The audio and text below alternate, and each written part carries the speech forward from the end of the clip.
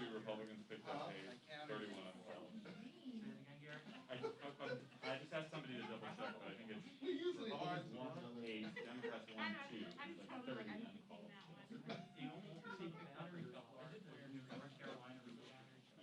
Will be a recount of hey. Oh yeah, I'm telling Marshall at the Supreme Court. What's up? I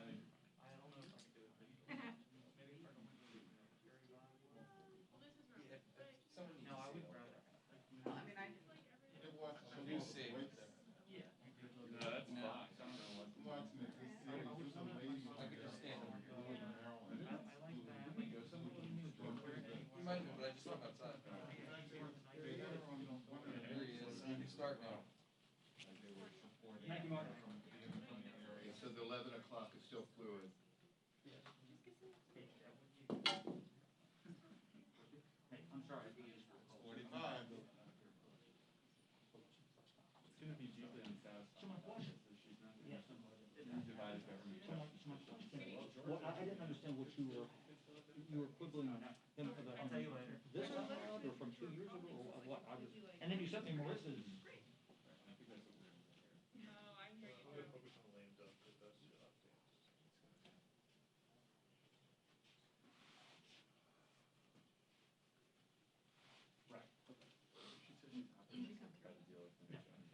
Okay, got it. Okay, I didn't know because I went back. Okay, well, I flagged that for our people and I asked them to add that sentence since they both something I wrote yesterday and the rest did get called in at 8:37 this morning. No pressure. Everyone's counting. You've been around a while, or just sort of floating around? Here? Yeah, DC. Well, I had certain people I like the around boots of those in that areas. world saying, Yeah, well, I've had these since high school. I've I had more than one stolen conversation. twice. I mean, high school is a little bit sooner for me, but I haven't bought a new pair of boots since then. I'm pretty old. Well, I don't think anybody can. I haven't replaced my boots in 8 years now, and I got a pair very Yeah. soon, so good Yeah, deal. I love these. I've got some Lucchese's that are like my dress boots. Those are the I nice have ones. that's what I have. I just wore mine today, actually. That's My new although first one I coming. Okay. I got one of those first with tongue in cheek, that might be the first time anyone's ever said to me that $90. tinker is a strong word. And, But I the get black looks good in the tux. I know. Oh yeah, you can totally pull Okay. that off. That's People might ask questions, but Whatever. well, and you know It's it's an all like, ostrich one. that wouldn't be bad. no, yeah, no, I Was there one? Was there close to celebrity status? He had these amazing they were like very like on one half was like this big Morehouse, and the other side was like this kid's name. Yeah. Very custom ostrich boots. They were pretty badass. Dublin also has got Good.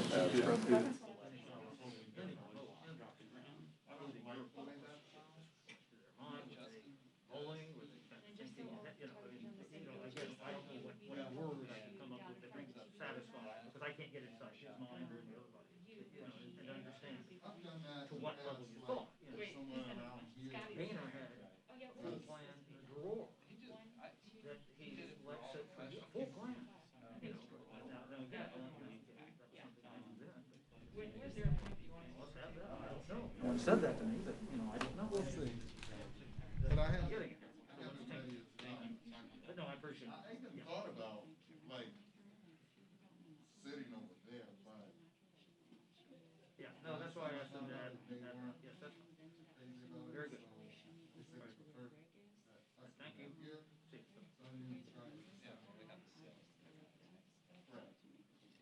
Appreciate it. But that way I would have been in front of people now. Yes. A little better.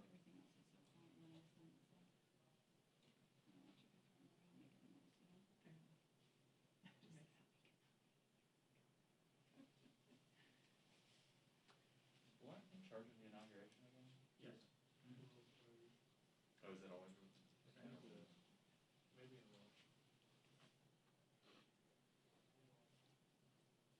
But I have to imagine, they're not, what does an inauguration look like in budget #1 and #2? Do they have like the lunch?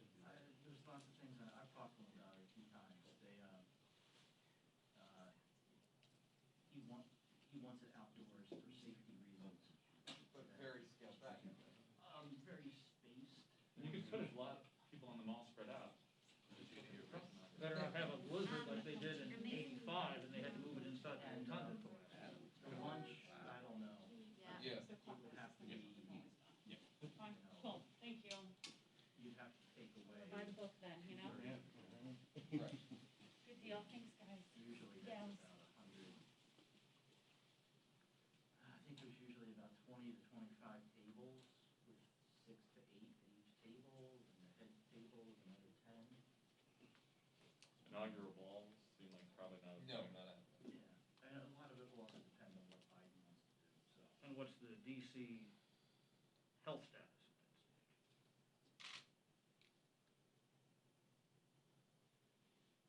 Well, the rolling back of the travel restrictions was a good start.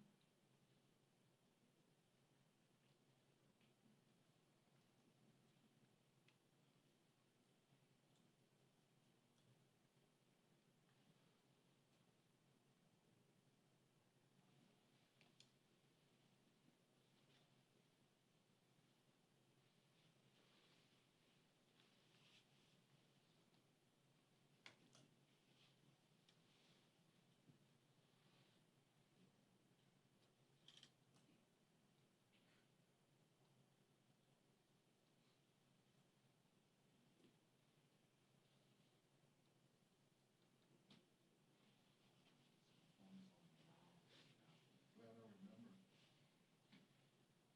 Silence this thing. Heads up, she's coming in soon here.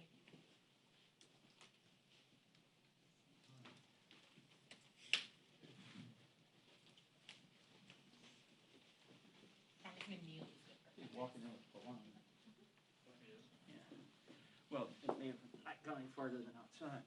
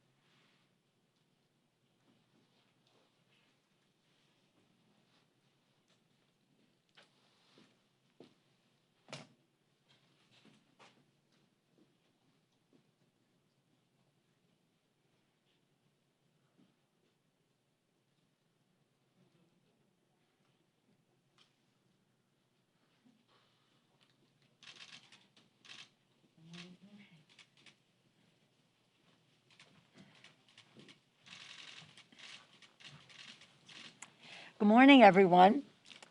I wish we weren't wearing masks so we could see how exciting it is to come before you today with Joe Biden having the tremendous mandate that he has, and that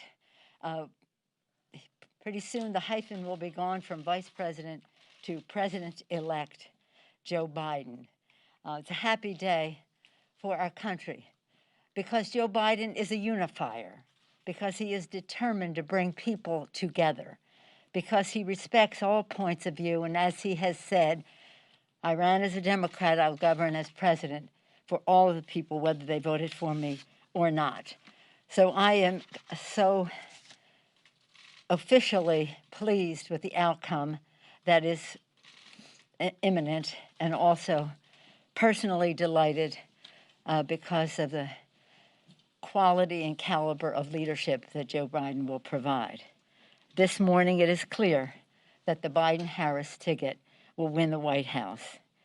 His election is historic, propelled by the biggest vote ever in the history of our country, 73.8 million and counting Americans, the most votes ever received by any presidential ticket in history.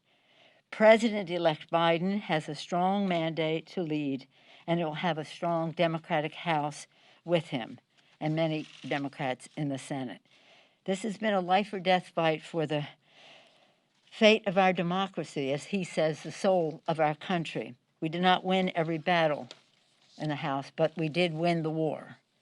In 2018, we won 40 seats, 30 or 31 of them in districts where Trump had won before. They were in Trump districts. In preparation for the 2020 election, I said to people, you have to help us. They said, oh, you've won. Let's just do the Senate and the White House. I know we won in districts, Trump districts, with Trump not on the ballot. In the next election, he will be on the ballot, and that makes winning those districts a steeper climb. I'm pleased that we've overwhelmingly won those districts, not all of them. Not all of them. But next time, he won't be on the ballot. It's one of the reasons we were able to win so many seats was because of the caliber of leadership of our members. Some of them won, a few did not, all of them excellent. And I hope that some of them will consider going at it again. As you all know, the right to vote is a sacred right in our country, and having that vote counted as cast is the foundation of our democracy. So we must be patient. I said to people, be calm. I said this Sunday, Monday, Tuesday, be calm, be confident, be patient. And the votes are tallying, the races are called. We look forward to continued victories in House races. We have some out there. And we look forward to progress for the people, which was our agenda in 18, continues to be for the people. Lower health care costs, bigger paychecks by building infrastructure of America in a green way, cleaner government, H.R. 1, which will be the first on the agenda in January. Again, it will be H.R. 1. While we prepare for the new Biden administration, we must also move swiftly for a new coronavirus relief bill. To continue that, we want the Republicans to come back to the table, the White House, the leadership, whatever. 100, for 2 days in a row, over 100,000 cases were reported.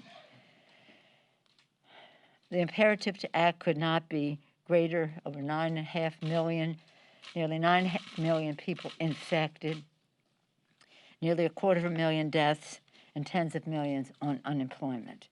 Again, I'm calling on the administration to come back to the table. Congress is also committed to passing an omnibus appropriations bill. This is the core of our work in the lame duck, when we don't have a pandemic killing hundreds of thousands of people and infecting millions and making people food insecure, housing insecure, and the rest. But our responsibility to keep government open, to have an omnibus bill, and we intend to do that, not a CR, and we want to be able to do so in a way that gives confidence that we will have government open and continue to be, rather than having a CR. So, sadly, instead of crushing the virus, it appears that the Trump administration will use its final moments in office as a desperate last step to destroy every possible protection for American health and well-being. So many people have said to me, and perhaps some of you along the way, what damage do you think that Trump will do between losing the election and the inauguration of Joe Biden? Maybe you didn't phrase it quite that way, but that's how I heard it. And we knew that he would be up to mischief, separate and apart from trying to destroy the credibility of our elections, which we criticize other nations for doing, and now with all enemies, foreign and domestic, making assault on our elections. Well, we have one domestic. But apart from that, on the policy side, which is why we are here, people asked that question: what will he try to do that is harmful? And this week, they showed their hand. We had suspicions of it, but couldn't speak publicly about it because until they went public.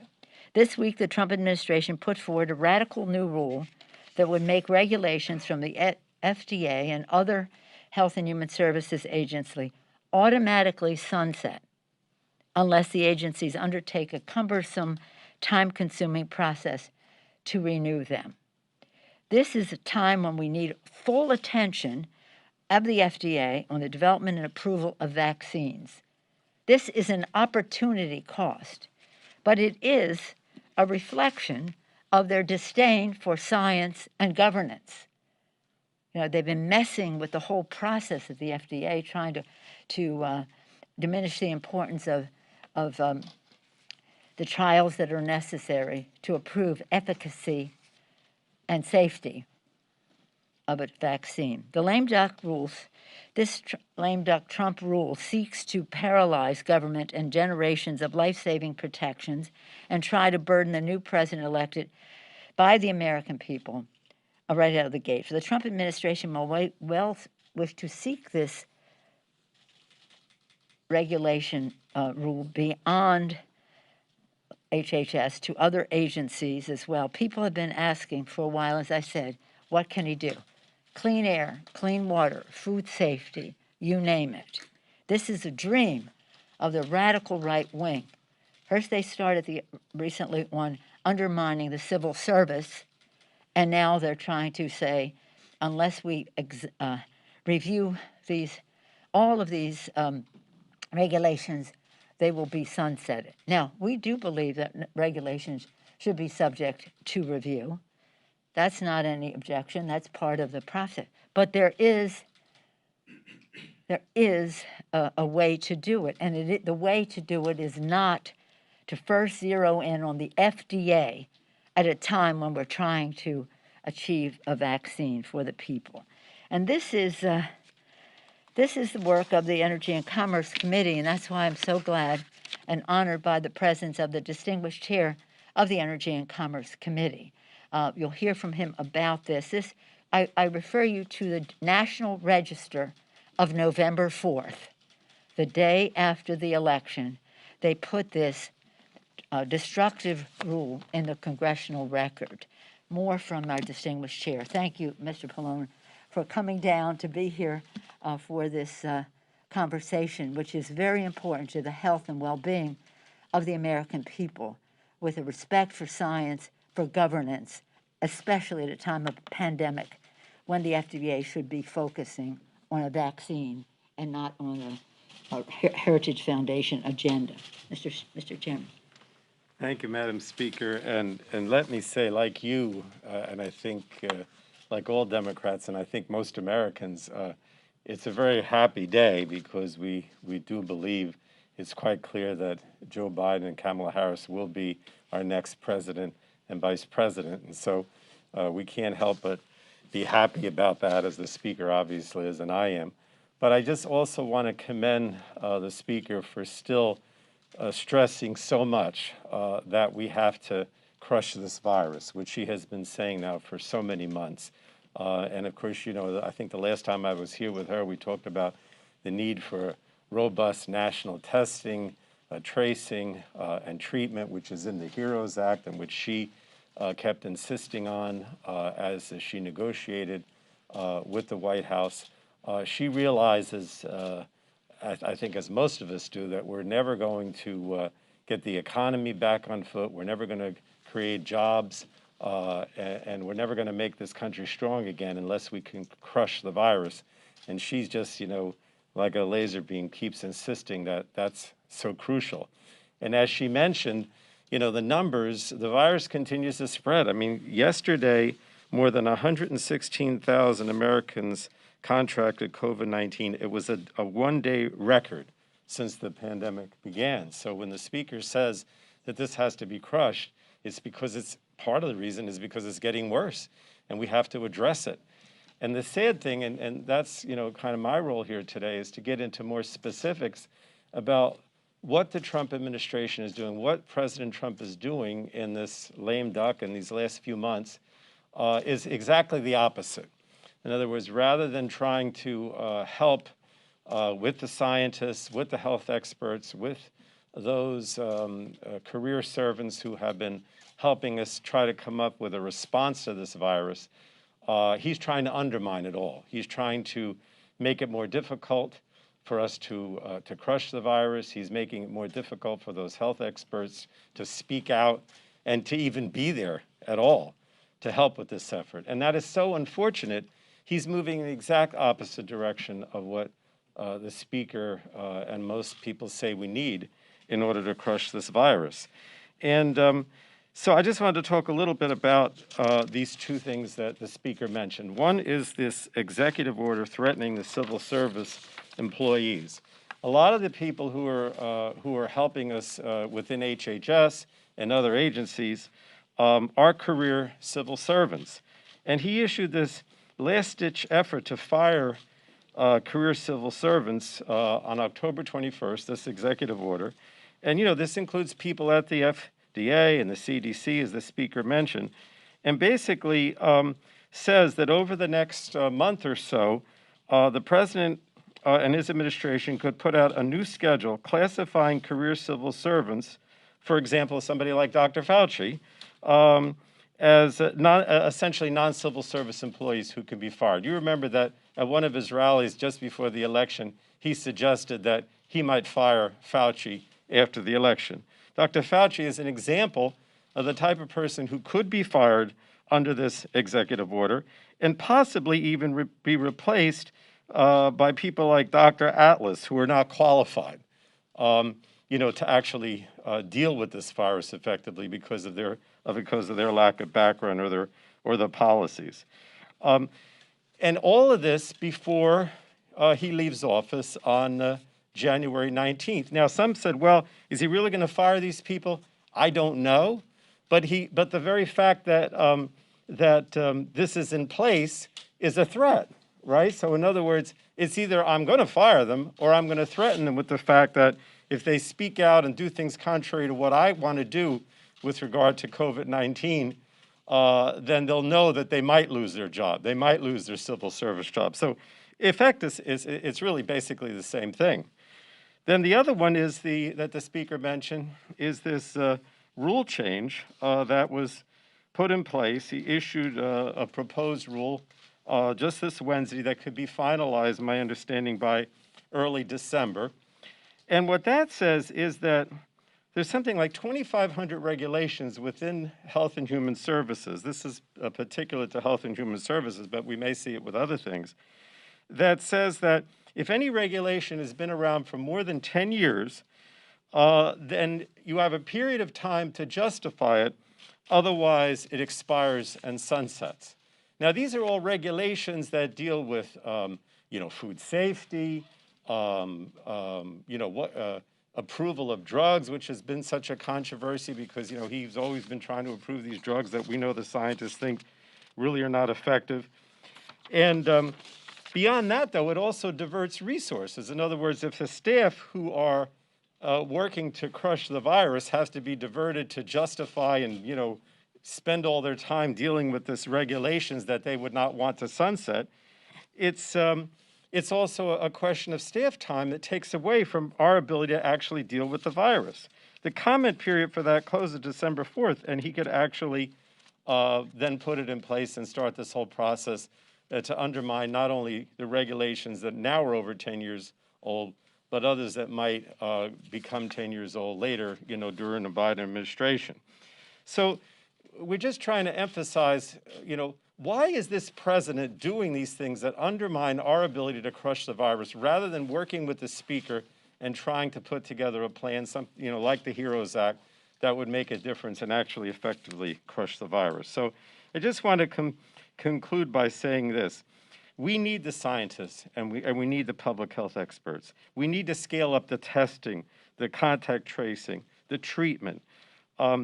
This is going to be, unfortunately, is likely to be a dark winter.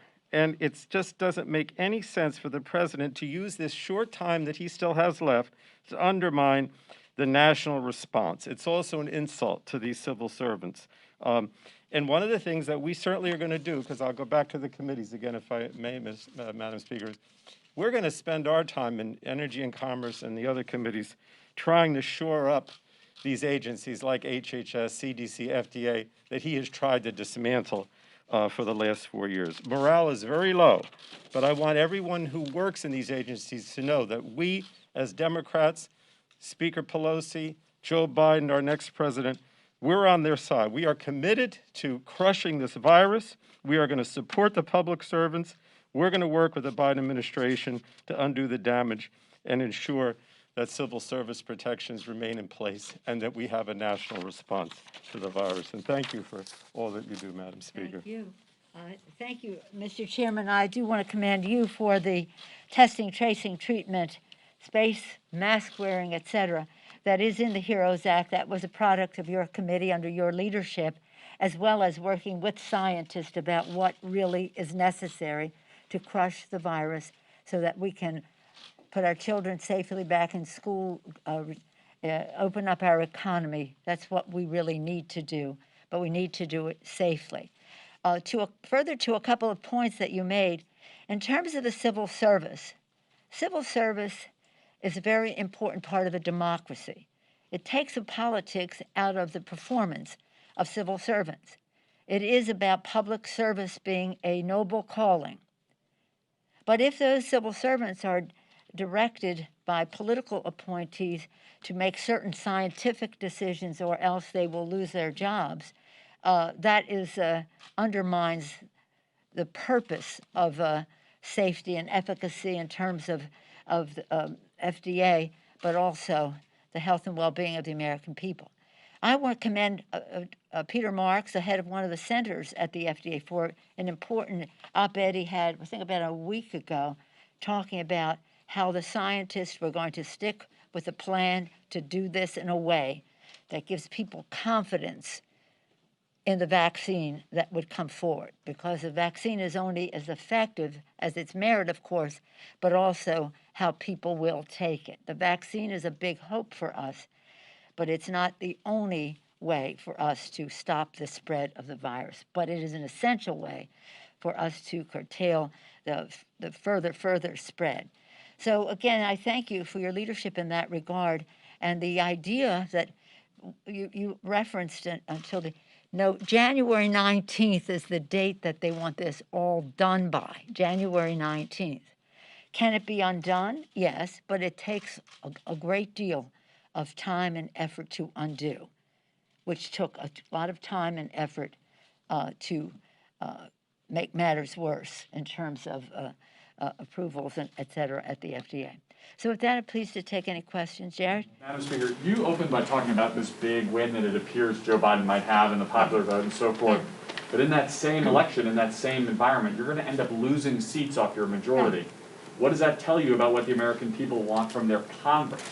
We lost a few seats, but as I said, we won those seats in Trump districts. He wasn't on the ballot. He is now. I think that what happened with the Democrats for Congress across the country helped contribute to the Biden success. So we're very proud to be part of that mandate. Very proud of that. Would I rather have, while I have the utmost respect for the members whose districts were almost insurmountable with Trump on the ballot, I do believe that we'll be with Biden in the White House and a Democratic Congress, and hopefully a Democratic Senate, we'll see in January, we'll be able to do great things for the American people. As I said, we've lost some battles, but we won the war. We have the gavel. We have the gavel. You don't see any sort of policy or any kind of corrective message from the American people there at all? No, I do think that we should always be evaluating and respecting what the people have to say. I myself think that, and I've said this to the members over and over again, income inequality, the disparities in income and equity in our country must be addressed, and everybody must be at the table to do that. That's something that Chairman Pallone has worked on from the perspective of New Jersey and his committee. So we have to go to that place. People are concerned about the threat to their jobs from technology, from trade, from other people, just newcomers to our country, and we have to show them this is not a zero-sum game. Somebody's success here is not taking away from your success there. So I see this as a tremendous opportunity where people are respectful of people's opinions, the diversity of opinion, and again, some members had some concerns about what happened in their district, but most of the people expressed those concerns won. Most of them won. And we had no opportunity cost spreading a wide net. I was disappointed that we didn't win some seats in Texas. I'll be very honest about that. But nonetheless, we're paving the way. We're paving the way. We made our investments. We've won we held the House. That was our goal. If we could win more, that would be good. We're still in the hunt on a number of seats right now. So we can have this conversation probably next week with some numbers. But for right now, safely, the gavel is in the hands of the Democrats. Safely, we have the prospect momentarily, if not happening while we're here, of President-elect Joe Biden, Vice President-elect Kamala Harris. Yes, Chad. Good morning, thank you. How do you address with a more You guys narrow... always get the front seats here, I don't know. I was in the back a few weeks ago. Oh, okay. But how do you, with a more narrow majority, how do you address, and this is something I asked you about last week, some of these philosophical differences in your caucus, when obviously it's going to be more to the left, and from a governing standpoint, if you're going to get something done with the Senate, regardless if it's DRR or the White House, that legislation has to be more in the middle. How do you sort that out with these pressure points at both ends of your caucus? Well, let's just say this. It's not both ends of our caucus. Our caucus has its differences. I would not want to lead in a caucus that was a rubber stamp lockstep caucus. That's called Republicans. We are the Democratic Party, and we have several exuberances in our midst, and that is representative of the districts that people come to Congress to serve, and we respect that. But our unifying principle, and you agree, Frank, is America's working families. Everybody is there to make progress for America's working families. I always say it in terms of the children. Our children, our children, our children, their health, their education, the economic security of their families, a safe, healthy environment in which they can thrive, including from gun violence, and a world at peace in which they can reach their fulfillment. So about the families, the kitchen table issue, nobody is more attuned to that or connected to America's working families than Joe Biden as President of the United States. So I think you will see, as we build consensus, we don't govern from on high, we build consensus. Not everybody, I didn't say unanimity, I said consensus. And I see it as an opportunity.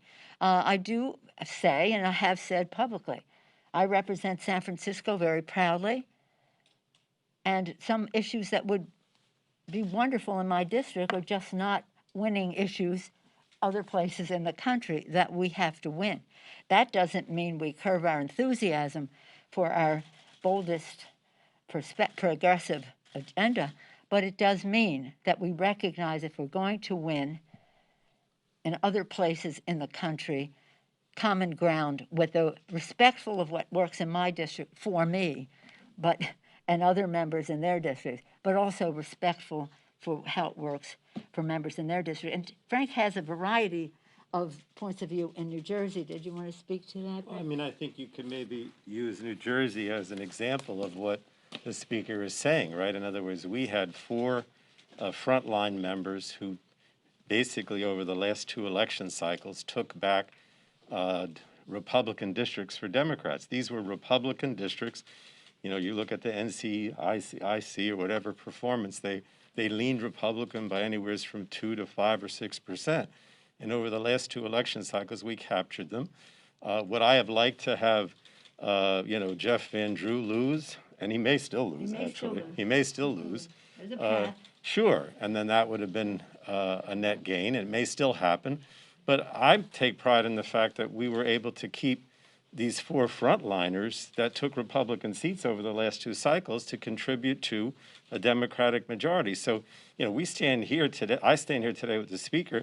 Joe Biden is going to be president. We retain our majority. We've reelected, and using New Jersey again, a lot of these members in districts that were for Trump in the past. So we're very proud of the fact of our success, and we have more opportunity now because we have the White House as well as the House, and maybe even the Senate, depending on what happens in Georgia. But there's not anything here inside the caucus at all? Welcome to my world. We always have, a beautiful dynamism in our caucus. But no, I think people are. Some people. I would say we have a healthy difference of opinion within our caucus, but not in any way to be problematic in how we legislate.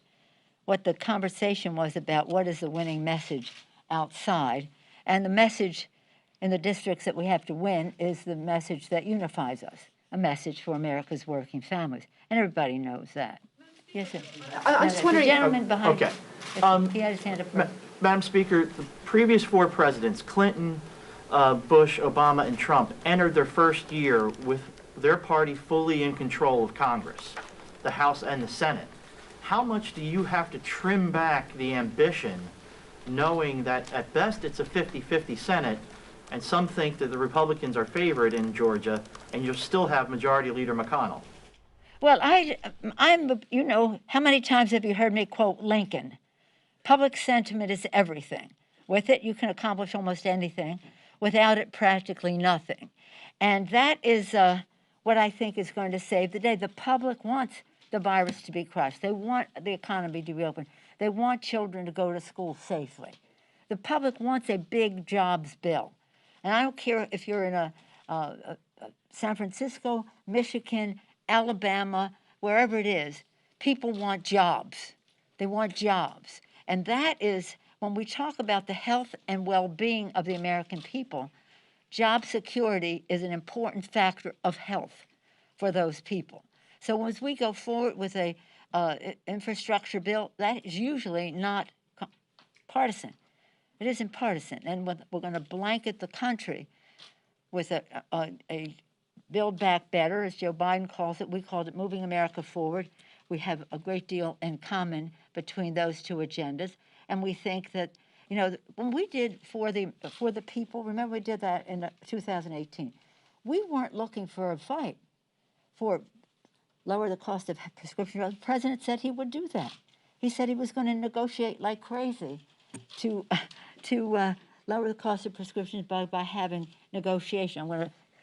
I'm going to fight like crazy for negotiated prices. Okay, he didn't, but he said that, and that was common ground. He said he wanted to build the infrastructure of America.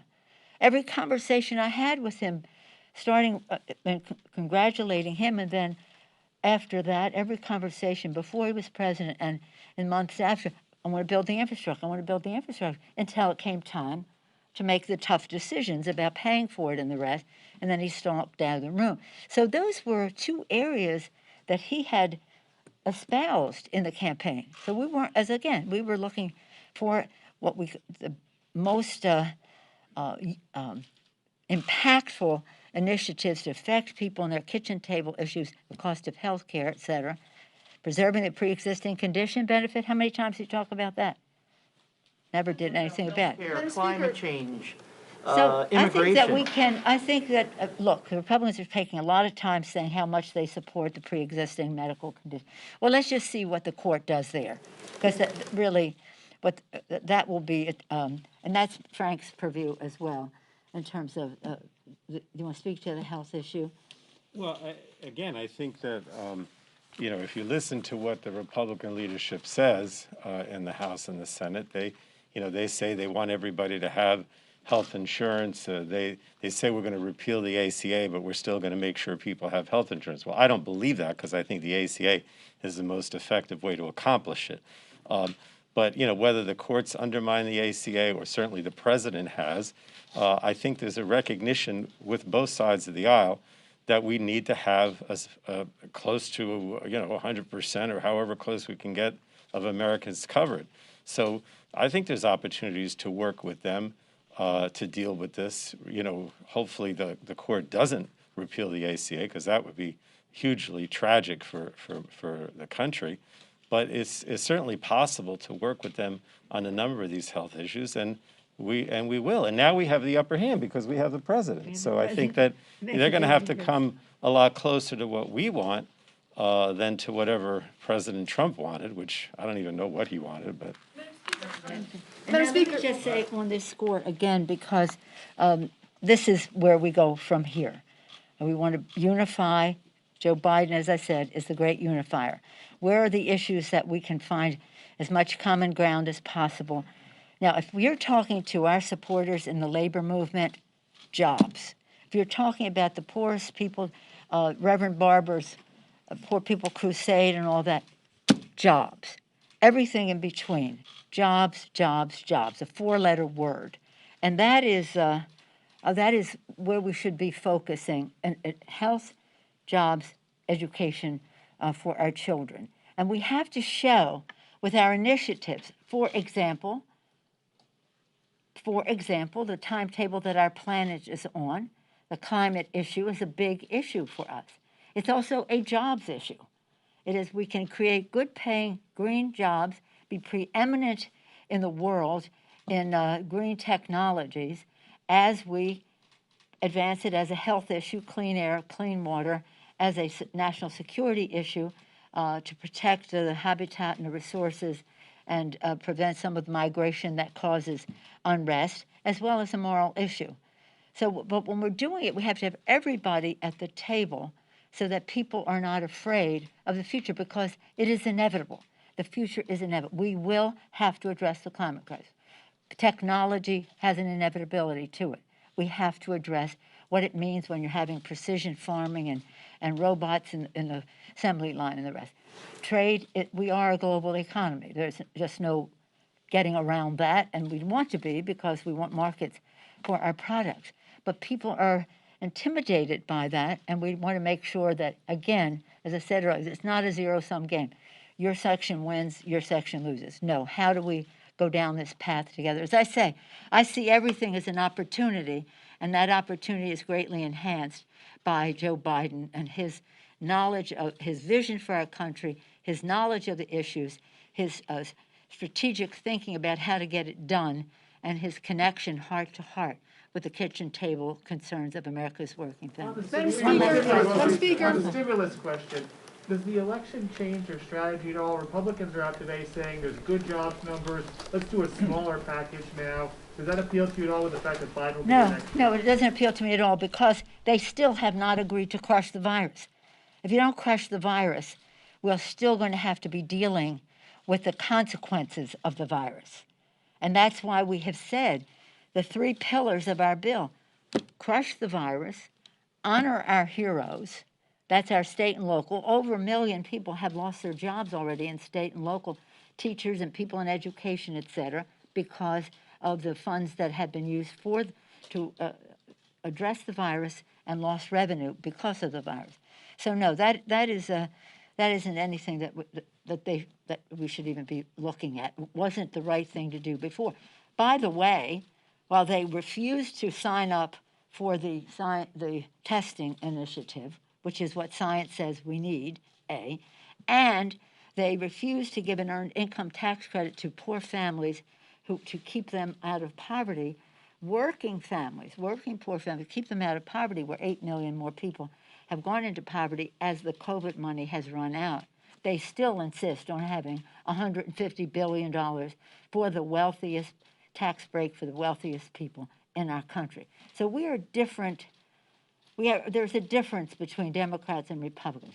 We have a responsibility to find our common ground, stand our ground where we can't, but make it clear to the American people what the choice is, because public sentiment, as I said, Lincoln said, is everything. But sentiment cannot weigh in unless people know.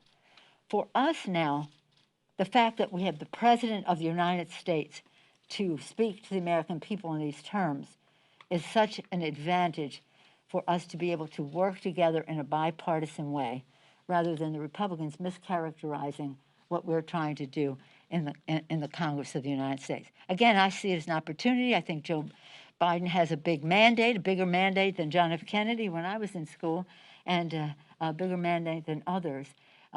It's pretty exciting for the country because he respects every single person in our country, certainly every single person who voted, and we respect all of them. And it is, we have challenges that need to be faced because of the future is inevitable and all that it contains, but we want people to know that the decisions about it start at the kitchen table and emanate out, not at the corporate boardroom and trickle down. Thank you all very much. Madam Speaker. Madam Speaker.